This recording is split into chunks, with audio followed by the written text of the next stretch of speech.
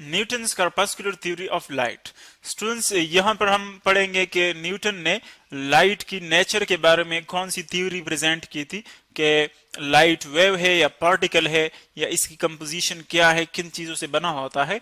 तो यहाँ पर देखिए, अगर आप कॉर्पस्कुलर थ्योरी के नाम पर गौर करें तो एक्चुअली ये हम कहते हैं कॉर्पसल्स, हम कहते हैं पार्टिकल्स को, यानी जो डिस्क्रीट फॉर्म में चीजें होती है पार्टिकल की तरह, तो उनको हम कहते हैं कॉर्पसल्स। अब देखिए, कॉर्पस्कुलर थ्योरी जिस तरह के नाम से जाहिर है, ये हमें शो कर रही है कि न्यूटन के मुताबिक लाइट जो है वो पार्टिकल से बनी है।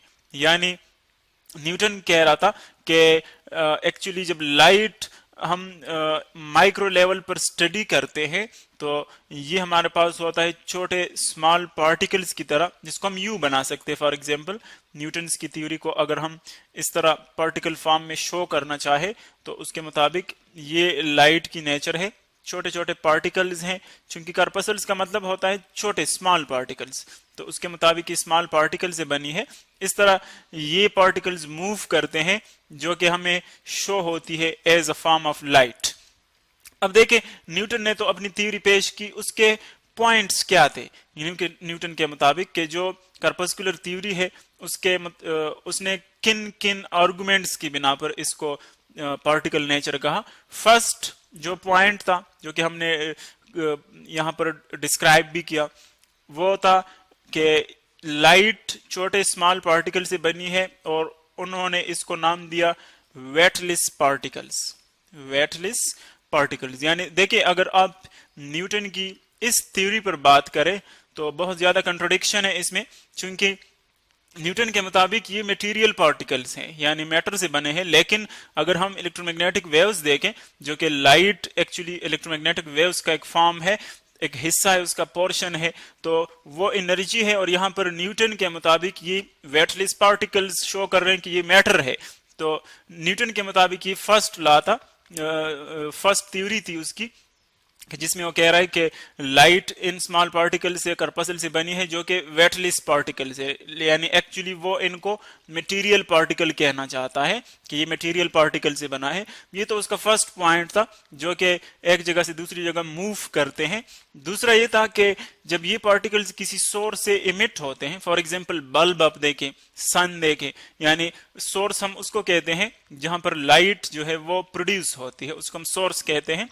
तो उसके मुताबिक जब ये प्रोड्यूस होती है किसी जगह पर तो स्प्रेड हो जाते हैं। ये पार्टिकल्स क्या करते हैं, स्प्रेड हो जाते हैं इन ऑल डायरेक्शंस। यानी फॉर ऑल डायरेक्शन का मतलब यह है कि अगर किसी बल्ब से लाइट फॉर एग्जांपल प्रोड्यूस होती है तो बल्ब के सारे डायरेक्शंस में जो है लाइट स्प्रेड हो जाएगी, फैल जाएगी। ये फॉर एग्जांपल आप बल्ब कंसीडर कर लें, तो अगर लाइट प्रोड्यूस हो रही है तो वो इस डायरेक्शन में भी जाएगी, यूं भी जाएगी, यूं, ये सारे डायरेक्शन में फैल जाएगी, इस बाहर की तरफ भी आएगी, अंदर की तरफ भी स्प्रेड हो जाएगी। तो ये न्यूटन की कॉर्पस्कुलर थ्योरी का सेकंड पॉइंट था। इसी तरह अगर हम थर्ड पॉइंट देखें जो कि न्यूटन ने प्रेजेंट किया था, वो ये था कि ये पार्टिकल्स स्ट्रेट लाइन में मूव करते हैं, स्ट्रेट लाइन में मूव करते हैं, यानी इनका जो पाथ होता है ये बेंड नहीं होते बल्कि सीधे जाते हैं। फॉर एग्जांपल, एक पार्टिकल है कॉर्पसल, न्यूटन की थ्योरी के मुताबिक तो वो स्ट्रेट ही जाएगा हमेशा, ठीक है, यू मोशन करता है। तो उसने कहा कि इसको हम प्रूफ किस तरह कर सकते हैं, शेडो की फॉर्मेशन से। यानी फॉर एग्जांपल लाइट किसी ऑब्जेक्ट पर पड़ती है, ये कोई ऑब्जेक्ट है सपोज, इस पर लाइट पड़ती है, तो आप देख रहे हैं कि पीछे जो है इस ऑब्जेक्ट के पीछे शेडो बनती है, यानी इसका जो है साया बनता है। तो इसका मतलब यह है कि अगर शेडो बनती है यहां पर, तो इसका मतलब यह है कि लाइट इन जगहों पर नहीं पड़ती, इसीलिए शेडो बनती है। अगर लाइट यहां पर पहुंच जाए तो फिर तो शेडो नहीं बनेगी। इसका मतलब यह है कि लाइट जो है वो इस ऑब्जेक्ट के अराउंड जो है वो बेंड नहीं हो जाती। यानी फॉर एग्जांपल लाइट यूं आ रही है तो इस तरह नहीं करती कि यहां पर आकर बेंड हो जाए, बल्कि सीधी ही जाएगी यूं। तो इसीलिए जो ऑब्जेक्ट के पीछे वाला हिस्सा है, ये जहां पर लाइट नहीं पड़ती, तो वो उस वहां पर शेडो बन जाता है। और ये इस बात का प्रूफ है कि लाइट जो है वो स्ट्रेट पाथ्स में मूव करता है। इसी तरह अगर हम फोर्थ पॉइंट देखें न्यूटन की कॉर्पस्कुलर थ्योरी का, तो वो है कि जब ये पार्टिकल्स हमारे आईज में एंटर होते हैं, हमारे आईज में एंटर होते हैं तो क्या करते हैं कि सेंसेशन प्रोड्यूस करते हैं साइट का। यानी जब हम कोई चीज देखते हैं तो न्यूटन के मुताबिक वो कहते हैं कि ये पार्टिकल्स जो कि वेटलेस पार्टिकल्स हैं ये वहां से आते हैं लाइट फॉर्म में और हमारी आंखों में एंटर हो जाते हैं और वहां पर हमारी जो आंख की जो पार्ट है जिसको हम रेटिना कहते हैं, रेटिना उसके साथ स्ट्राइक करते हैं और वहां पर जब स्ट्राइक करते हैं तो इन पार्टिकल्स की वजह से जो फीलिंग है, देखने की फीलिंग है या किसी चीज की देखने की जो डिटेक्शन है वो वहां पर प्रोड्यूस हो जाती है। तो एक्चुअली वो कह रहा है कि हम पार्टिकल्स ही की वजह से चीजों को देख सकते हैं। अब नेक्स्ट पॉइंट क्या है इस थ्योरी का, फिफ्थ पॉइंट, वो कह रहा है कि जो डिफरेंट कलर्स हैं, डिफरेंट कलर्स ऑब्जेक्ट के, देखिए आपको कुछ चीजें जो है फॉर एग्जांपल वो रेड नजर आती है, कुछ चीजें येलो नजर आती है, कुछ ब्लू, कुछ जो है वाइट फॉर एग्जांपल। तो वो कहते हैं कि जो डिफरेंट कलर्स हैं ऑब्जेक्ट्स के वो एक्चुअली किस वजह से हैं, इन पार्टिकल्स की डिफरेंट साइजेस की वजह से। यानी जो पार्टिकल्स न्यूटन यहां पर सपोज कर रहा है वो कह रहा है कि इसके डिफरेंट साइजेस होते हैं और डिफरेंट मैसेज होते हैं। यानी एक पार्टिकल है फॉर एग्जांपल तो उसका एक साइज है, सपोज ये एक साइज है, दूसरा पार्टिकल है उसका साइज छोटा है, तीसरा पार्टिकल है उसका साइज जो है वो एवरेज है, एटसेट्रा। तो न्यूटन कहता है कि कुछ जो पार्टिकल है वो बड़े होते हैं, कुछ का साइज छोटा होता है, कुछ का साइज मिडल में एवरेज होता है, कुछ का सबसे ज्यादा होता है। यानी डिफरेंट साइजेस होते हैं और फिर उन डिफरेंट साइजेस की वजह से जो यहाँ पर प्रोड्यूस होता है, जो कलर्स हमें नजर आते हैं वो एक्चुअली इन पार्टिकल्स की वजह से होते हैं जो कि मुख्तलिफ साइजेस रखते हैं।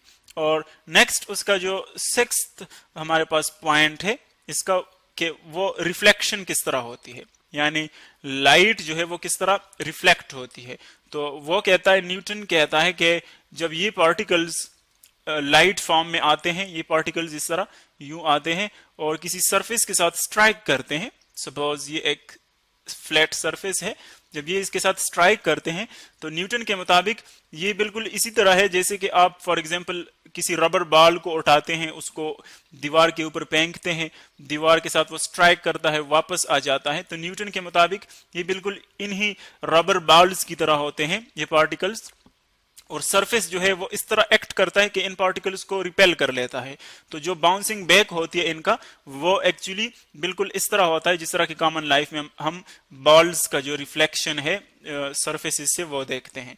इसी तरह जो सेवंथ पार्ट है इसका वो है रिफ्रैक्शन।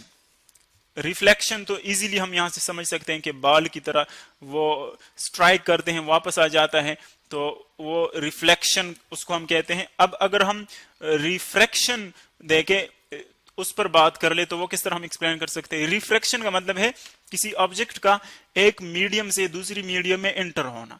फॉर एग्जांपल ये एयर है, सपोज मैं कहता हूं कि यहां पर देखे आप, ये एयर है मेरे पास, यहां पर कोई ऑब्जेक्ट जो है वो मूव कर रहा है और सामने उसके वाटर आ जाता है। देखिए ये वाटर है फॉर एग्जांपल, वो एयर से एंटर हो जाता है वाटर में, तो हम कहते हैं कि देखिए मीडिया जो है वो चेंज हो गए, एयर से चला गया वाटर में। तो देखिए ये डिफरेंट मीडियम से, यानी वो मटेरियल जिसमें कोई वेव या कोई मटेरियल मूव करता है उसको हम मीडियम कहते हैं।